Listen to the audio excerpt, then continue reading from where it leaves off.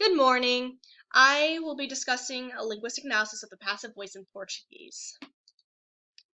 So for finding my form, meaning, and use of the passive voice in Portuguese, I used a series of books I found in the library and also my Portuguese textbook I got in college, as well as two different corpora, the coca corpus and the noun corpus. Noun corpus is a Portuguese or Brazilian Portuguese corpus that contains about 1.4 billion words that came from web-based newspapers and magazines from 2012 to 2019. What I discovered in these different books and corpora, in the books I found the general structure of the passive voice, how it's formed, and how it usually looks. And I also found the irregular verbal forms. In the corpora is where I could find the more nitty-gritty stuff, the actual examples. And that's where I could find the actual uses of the passive voice in actual authentic text. And I also discovered that written Portuguese tends to follow gender number rules. And I couldn't find any examples where there were gender number errors, which I will discuss later on what exactly that means. So, how the passive voice sentence structure is: so we have our sentence here, and we have our noun phrase, just like how it is in English. So you'll have the dog.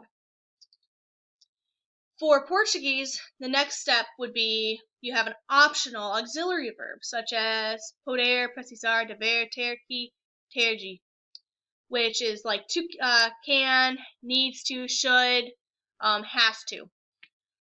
But yet again, these are all optional. Next would be the copular verb, which is ser, estar, ficar.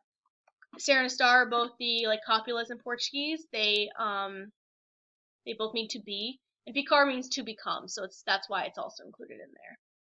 Next, we would have our actual verb in its past participle form. So to put this into English terms, this is like was taken. So for example, the dog was taken. So was taken. So this is our past participle form. And to finish off the passive voice sentence structure in Portuguese, we would have our prepositional phrase. Just like in English, you could have the dog was taken by the kid. So prepositional phrase, it's always with the by preposition, which is por in Portuguese. And these are all its different forms. So, more specifically, how is it formed? How is the passive voice formed in Portuguese? So we have ele comprou o carro, which is he bought the car, and o carro foi comprado por ele, which is the car was bought by him.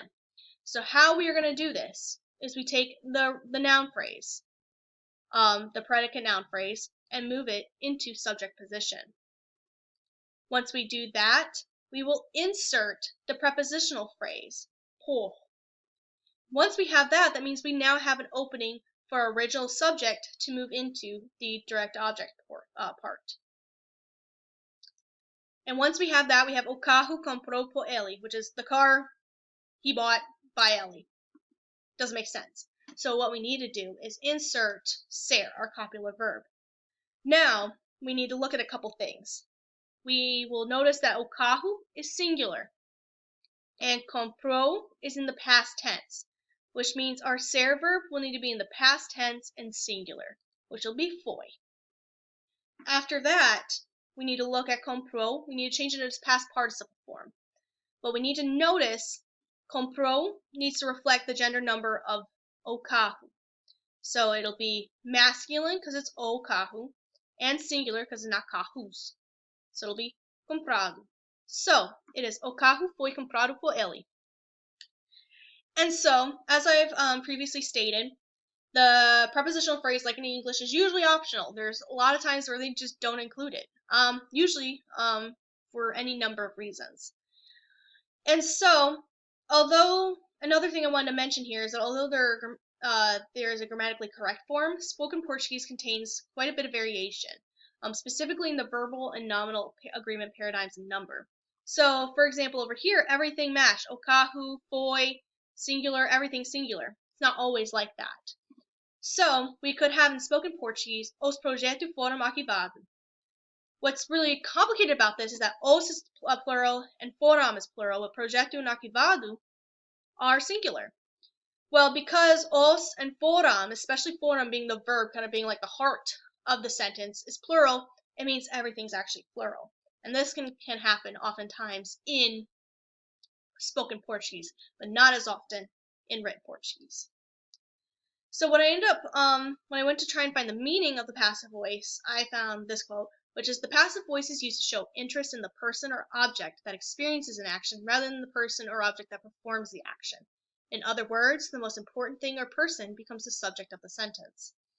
So they both reflect interest in the person or object that is affected by the action. Or it could be that the doer is irrelevant or unknown. For example, the house was built in 1987. If we tried making that active, we'd have to make an assumption. We'd have to assume who built the house, because we don't know who built the house. We can say the construction workers built the house in 1987, or my dad built the house in 1987. That would just be assumptions and could be wrong for all we know. So in that case, the doer is unknown. And we can also use the passive voice to obscure the identity of subject. So if we don't know what it is, or if we kind of don't want to tell what it is, we can use the passive voice to do that. So for usage, although it is oftentimes criticized in our, high school literature classes, we literally have to check on our thing, and it used to say, oh, you have this many cases of the passive voice being used, please fix it. The truth is that the passive voice does have a place in formal writing. And based on the COCA corpus, we see that it has a massive place in academic and web-based texts. That means that passive voice can be used and should be used where it is necessary, or you just want some more variation in your speech. So my analysis using the now corpus didn't go against any of the grammar rules. In general, it seemed that written Portuguese tends to maintain those rules, while since it was noted in my books, spoken Portuguese might be different. But it also helped solidify the SVO format and the base structure of the passive voice and the optionality of the prepositional phrase. It all supported everything that the books and everything else I had been reading had said. So next, this language point is very important for myself and for future students because it kind of encapsulates all the things that we have learned so far. It includes the use, study, and practice of ser and estar, the copula verbs in Portuguese. They're highly irregular, which means the more practice and more comfortable the students can get with it, the better. Also, throughout the entirety of the sentence, we're practicing gender and number agreement when we're changing the sentence from active to passive. Gender and number agreement for people who don't tend to have gender and number agreement in their languages like English is a pretty difficult concept to learn. So, having time to practice that in this kind of format is really nice. Also, changing the main verb to its participle form and making sure you know the regular and irregular patterns is also important. And also, the insertion of por and the gender number agreement dictated by the original subject of the sentence is also important for students to practice and learn.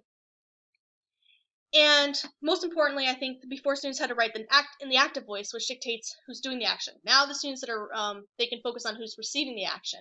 This allows them to write and speak sentences with an irrelevant or unknown subject when previously they couldn't.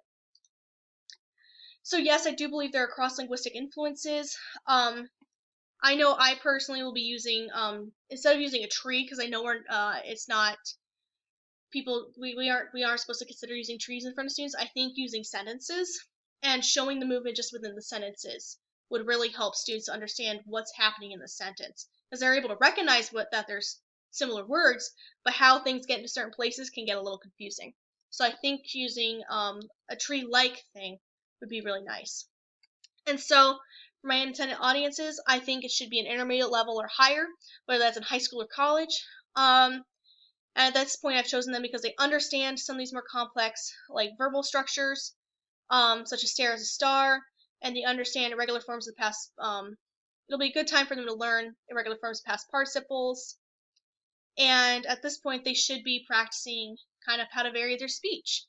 And again, now it allows them to write about an unknown or relevant subject. So yeah.